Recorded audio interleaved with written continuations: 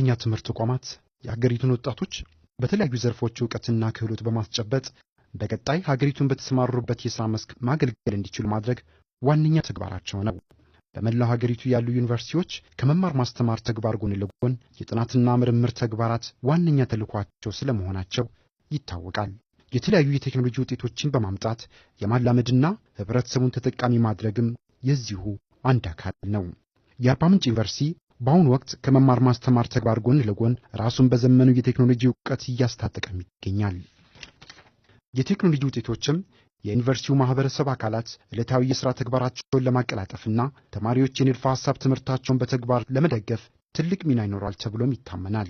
በዚህ ዝግጅት ዩኒቨርሲቲው ከ8 ሚሊዮን ብር በላይ ገንዘብ በማውጣት ገንብቶ ወደ ሥራ ያስገባውን የሶላር ኢነርጂ ቴክኖሎጂና በተቋሙ ያሉ ተማሪዎች የመታወቂያ ካርድ በቴክኖሎጂ የተደገፈ የስማርት ካርድ መተካቱን ለዛሬው ቆይታችን ምክንያት ሆኗል።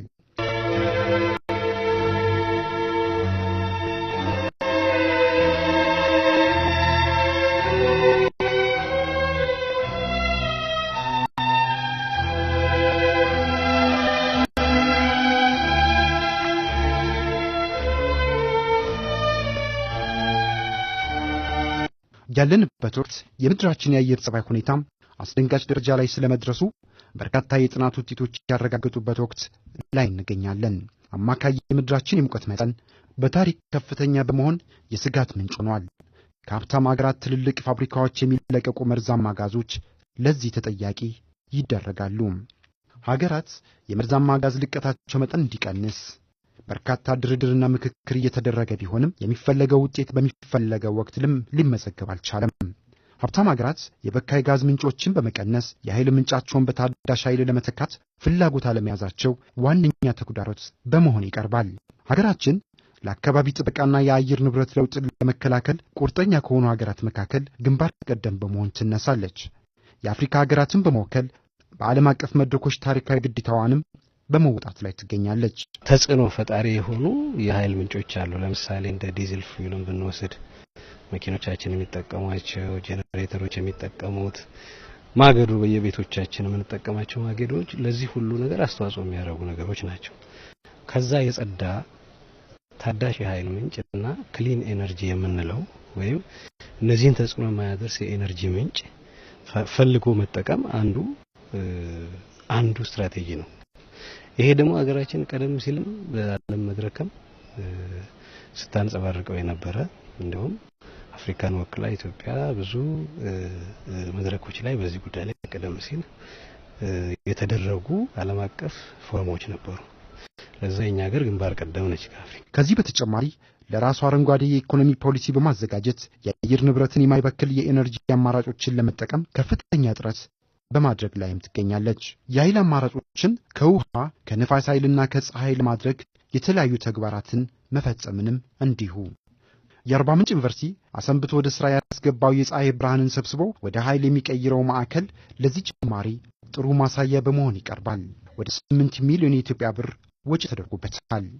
ዩኒቨርሲቲው አሰንብቶ ወደ ሥራ ያስገባው የሶላር ኢነርጂ ማዕከል የዩኒቨርሲቲውን ዋናውን ዳታቤዝ ስርዓት ያልተቆራረጠ የኃይል አማራጭ እንዲያገኝ ያደርገዋል። ወደ 60 ኬቪ ነው ይሄ የሚያመነጨው። ዳታ ሴንተራችንን ሙሉ በሙሉ የምንጠቀመው ከነ ህንጻችን ከዚህ የምናገኘው ፓወር ነው። ከዛ ቀስ በቀስ ወደ ሌሎች ህንጻዎች ኤክስቴንድ ለማድረግ አስበናል። አሁን የመጀመሪያ ቴስት እያደረግን 1 ወር ቆይተናል። በ1 ወር ጊዜ ውስጥ በጣም ብዙ ጥቅም አግኝተናል። ዳውን ታይማችን አሁን ከዚህ በፊት ዳታ ሴንተር መብራት ሲጠፋ ጄኔሬተር ጋር ነበር የምንሄደው። የጄኔሬተር ፊውል አለ። ፊውል በምንጠቀምበት ሰዓት የካርቦን ኤሚሽን ይኖራል። አሁን ግን በቀጥታ ከሶላር ሲስተሙ ስለምንጠቀም ዳውን ታይም የምንለው ወይም ደግሞ የኢንተርኔት መቆራረጥ የሚባለው ዜሮ ገብቷል ማለት ነው። ስለዚህ ይሄ በጣም አስተማማኝ የሆነ ሲስተም ነው። ሶላር ፓናሉ እዚህ መተከል ለዳታ ሴንተራችን ተጨማሪ ፓወር ሰፕላይ አማራጭ ኃይል ይሰጠናል ማለት ነው። በአምስቱም ካምፓሶች አካባቢ ያሉትን የሚቆጣጠር ዋናው ዳታ ሴንተራችን ነው። ከዚህ ነው ሁሉን ነገር ኮንትሮል የሚደረገው። ከቴሌ የሚመጣው እንትን እዚህ ውስጥ ገብቶ ነው ዳታ ሴንተራችንን እና በየካምፓሱ ያለውን የሚቆጣጠርልን ይሄ ዳታ ሴንተራችን ነው። ሴንትራል ዳታ ሴንተር ነው። ሀገራችን ለታዳሽ ኃይል አማራጮች ትኩረት መስጠቷ ጠቀሜታው ዘርፈ ብዙ መሆኑ ይነሳል።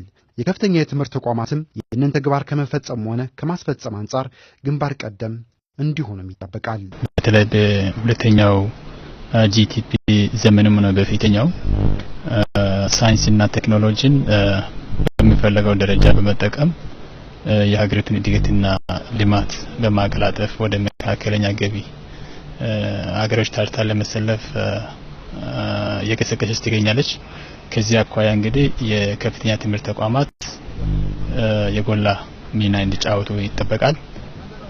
ከዚህ አንፃር እንግዲህ የታዳሽ ኃይል መጠቀም አንደኛ በዩኒቨርሲቲው ለመማር ማስተማርና ለምርምር ስራዎች ባልተቆራረጠ ሁኔታ የዳታ ሴንተሩ ኃይል በማግኘት የተሻለ የመማር ማስተማር እና የምርምር አካባቢ የመፍጠር እድል ይሰጣል። የሶላር ኢነርጂ ማዕከል በዩኒቨርሲቲው የሚገኙ የምህንድስና ተማሪዎች የተግባር ልምምድ እንዲያደርጉ እድል የሚሰጥ ይሆናል። በአንድ በኩል ይሄ አሁን የታዳሽ ኃይሉ አገልግሎት ለኛ ከመስጠት ባሻገር የኛ ባለሙያዎች ይሄንን አገልግሎት ወይም ይሄንን ወደዚህ በሚያመጡበት ጊዜ ከዚህ ጋር ተያይዞ የሚሰሩ ስራዎችን ደግሞ ከዘርፉ ጋር ተያያዥነት ያላቸው የኮምፒውተር ሳይንስ ተማሪዎች አሉ፣ የኢንፎርሜሽን ቴክኖሎጂ ተማሪዎች አሉ፣ ሌሎች የምህንድስና ተማሪዎችም አሉ። እግረ መንገዱን በቲዮሪ በመጽሐፍ ላይ በምን ላይ አገኝተን ዝም ብለን የምናስተምራቸውን ነገሮች በተግባር በግቢያችን ውስጥ እያዩ በዛም እየተሰራ ትምህርት ተጨባጭና ህይወት ያለው ትምህርት እንዲሆን ያደርገዋል ማለት ነው። እኛ ደግሞ ያንን ስኪል አምጥተን እዚህ ስንሸጥ ይሄንን ስኪል ለማትራንስፈር ያደርግነው ለተቋሙ ባለሙያዎች ለተቋሙ ተማሪዎች ይሄን ስኪል ትራንስፈር ያደርግነው። ስለዚህ ስኪል ትራንስፈሩም ቀላል አይደለም። ዋንስ ኢን ኤ ዴይ በቅርብ ጊዜ ምናልባት ይሄን ነገር እዚሁ ራሳችንን እንችላለን አምርተነው የራሳችንን ስኪል ተጠቅመን ኢንድ ቱ ኢንድ ሰርቪሱን መስጠት የምንችልበት ሁኔታ ይፈጠራል ማለት ነው። ዩኒቨርሲቲው የሶላር ኢነርጂን በተወሰነ የተቋም አካባቢዎች ብቻ ነው ለጊዜው መጠቀም የጀመረው። የማስፋፋት ሐሳብም እንዳለው ከተቋሙ ያገኘነው መረጃ ያመለክታል። ኢንፎርሜሽን ቴክኖሎጂ ለሁሉ ስራ እንደ ጀርባ አጥንት ስለምንቆጥረው እሱ ባልተቋረጠ ሁኔታ ለዩኒቨርሲቲው ማህበረሰብ ከተማሪዎች እስከ ተመራማሪዎች እስከ መምህራን ላሉት በዛ መልኩ እንዲሰጥ ስለምንፈልግ ነው ቅድሚያ ሰጠነው። ከዚህ በተጨማሪ እንግዲህ ሌሎችም እንደዚህ በጣም ማይከራ በሆነ ሁኔታ ትልቅ ፋይዳ ሊያስገኝ በሚችልባቸው አካባቢዎች እያሰፋን እንዳለን ከዛም ባሻገር እንግዲህ የዩኒቨርሲቲ ተልእኮች መማር ማስተማር ምርምር ከዛም ማህበረሰብ አገልግሎትም ስላለ ለሌላው በአካባቢው ለሚገኙ ማህበረሰብም በዛ ልክ ለትምህርት ተቋማትም አቅም በፈቀደ መጠን ጥረት ማድረግ እንጠይቃል ማለት ነው። ሁለት ዩኒቨርሲቲዎች መጥተው አይተዋል። እነሱም ይሄንን ወደ ሀገራቸው ወስደው በየከተሞቻችን በየዩኒቨርሲቲዎቻችን ለማስፋፋት እቅድ ይዘዋል። አዲስ ግንባታ ከፍተኛ ወጪ ወጣ ቢሆንም ለመብራትና ለነዳጅ የሚወጣው ከፍተኛ ወጪን ሊቀንስ የሚችል መሆኑም ይነገራል። ይሄንን ታዳሽ ኃይል በመጠቀማችን ምንም የምናወጣው ወጪ የለም። ከዚህኛው ከመጀመሪያ ኢንቨስትመንት ውጪ የምናወጣው ተጨማሪ ወጪ የለም። በየአመቱ እንደውም ወደ 466000 ብር በዚህኛው ስሌት እኛ በሰራነው ስሌት ወደ 466000 ብር ገቢ እናገኛለን ማለት ነው። መንግስትም ከያዘው ፖሊሲ አንፃር የታዳሽ ኃይልን በከፍተኛ ሁኔታ የሚያበረታታ በመሆኑ ይሄ ዓለም አቀፍ ኢሹም እንደመሆኑ ከዞናችንም ከክልላችንም እንደው እንደ ሀገር ከኛ ልምድ በመውሰድ ሌሎችም የተሻለ ታዳሽ ኃይልን በመጠቀም የሀገራችንን ኢኮኖሚ የምንደግፍበት ሁኔታ ብናመቻች እንደ ዩኒቨርሲቲ የሚጠበቅ ነውና ይሄንን አድርገናል። ወደፊትም እንቀጥለው ይሆናል። በአርባ ምንጭ ዩኒቨርሲቲ በዋናው ግቢ የተተከለው የሶላር ኢነርጂ ማዕከል የተገነባው በሀገር በቀል የሥራ ተቋራጮች ነው። ይህ መሆኑ ደግሞ ለእውቀትና ለቴክኖሎጂ ሽግግር ምቹ ሁኔታን ይፈጥራል። ሀገራችን ያለችበት ጂኦግራፊ አቀማመጥም ለዚህ ዘርፍ አመቺ አድርጓታል። ኢትዮጵያ እንዳልኩ ቀደም የጂኦግራፊ አቀማመጧ ከምድር ወገብ ቅርበት አለው 15-16 ዲግሪ ኖርዝ ሊሆን ይችላል ያለችው ኤግዛክትሊ እዚህ አካባቢ ያለው ጂፒኤስ ዳታ የሚያሳየው ያንን ነው። ይሄ ማለት ፀሐይ ሁሉ ጊዜ በኢኩዌተር ሪፈረንስ ወይም ኢኩዌተርን ተንተርሳ ወደ ደቡብ ወደ ሰሜን የምትሄድባቸው ወቅቶች አሉ። ከነዛ ሁሉ ወቅቶች አቨሬጅ የሆነ የፀሐይ ከፍተኛውን ኢንሶሌሽን የምታገኘው ኢኩዌተር አካባቢ ያሉ ሀገሮች ናቸው። አንዱ ሀገር ኢትዮጵያ ነች። ወደ ደቡብ እየቀረብን ስንሄድ ያ ኦፖርቹኒቲ ደግሞ በጣም የበለጠ እየጠነከረ ወደ ሰሜን ስንሄድ ወይም ኤክስትሪምሊ ወደ ደቡብ ስንሄድ ያ ነገር አይኖርም። ስለዚህ ኢኩዌተር አካባቢ ያሉ ሀገሮች ኢትዮጵያ፣ ኡጋንዳ እና ኬንያን ብንወስድ የዚህ ኦፖርቹኒቲ ተጠቃሚዎች ናቸው። ይሄ ትልቁ ኦፖርቹኒቲ ነው እንግዲህ ለፀሐይ ኃይል ማለት ነው። ዘርፉ አዲስ እንደመሆኑ መጠን የተለያዩ ተግዳሮቶችም እንዳሉበት ታውቋል። ቻሌንጅ የሶላር ፓወር እንደምታዩ ቴክኖሎጂው ኤክስፔንሲቭ ነው። ገና ብዙ በአለም ላይ እየዳበረ ያለ ቴክኖሎጂ ነው። ይሄ ቴክኖሎጂ ኢኒሻል ኢንቨስትመንት ኮስቱ ከፍ ሊል ይችላል። ለምሳሌ በቤታችን በሬዚደንሻል ፓወር ሰፕላይ ደረጃ ለመጠቀም ሊወደድ ይችላል። ቢኮዝ ቴክኖሎጂው ገና እያደገ ያለ ነው። ሃይ ቴክ ነው። ማኑፋክቸሪንግ ፕሮሰሶቹ በጣም ብዙ ኮስት ያላቸው ናቸው። ከዛ አንፃር ቻሌንጁ ሊሆን የሚችለው ኢንቨስትመንት ኮስት ነው።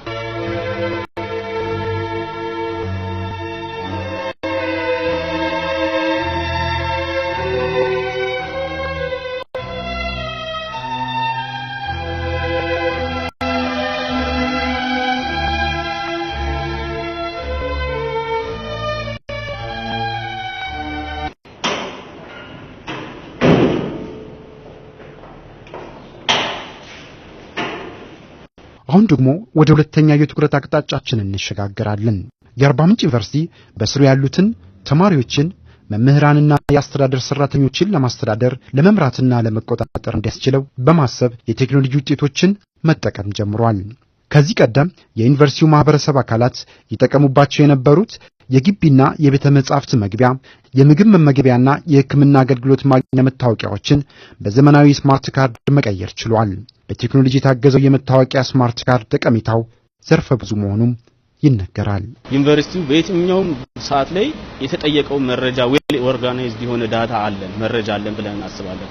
ለምሳሌ ካፌዎች ውስጥ ብንሄድ ጧት ላይ ምን ያክል ተማሪ ተመግቧል የሚለውን ዳታ ዊዝን ኤ ሚኒት ባነሰ ጊዜ ውስጥ ጀነሬት አድርገን ማቅረብ እንችላለን። ምሳ ሰዓት ላይ ምን ያክል ካርድ ተመዘገበ፣ ፕላስ የላይብራሪውንም ስታተስ ማለት ላይብራሪውን በቀን ውስጥ ምን ያክል ተማሪ ላይብራሪ ገብቶ ይጠቀማል የሚለውን ነገር፣ ወደ ግቢው ምን ያክል ተማሪዎች ገብተዋል፣ ዛሬ ከግቢው ውስጥ ምን ያክል ተማሪዎች ወጣዋል፣ መውጣት ብቻ አይደለም ያልተመለሱ ተማሪዎች ምን ያክል ናቸው ወጣው የቀሩት በዛው ማታ ላይ ሳይገቡ የተመለሱት፣ ፕላስ ሰራተኛውንም በዛ ወይ የግድ በሩን አክሰስ አድርጎ ስለሚገባ የትኛው ስታፍ ግቢ ውስጥ አልገባም የሚለውንም ነገር ኢዚሊ ሃንድል ለማድረግ ይችላል። ዩኒቨርሲቲው ሰራተኞችና ተማሪዎች አዲሱ የመታወቂያ ስማርት ካርድ ስርዓት ተጨባጭ ለውጥ ማምጣቱንም አስረድተዋል።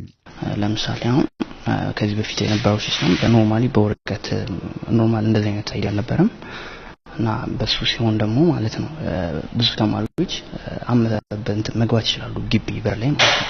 ነገር ግን ይሄ ሲሆን ማለት እንደዚህ አይነት አላስፈላጊ እንትኖችም ማለት ነው ለመቀነስ ረድቷል እላለሁ። የሲስተሙ መገጠም ከዚህ በፊት ያው አንዳንድ ጊዜ ማለት አምሺ ከ8 ሰዓት እስከ 4 ሰዓት እና 4 ሰዓት እስከ 12 ሰዓት ስንሰራ የተማሪ ፍሰት ማለት ነው ሲገቡና ሲወጡ መጫነቅ ነበር።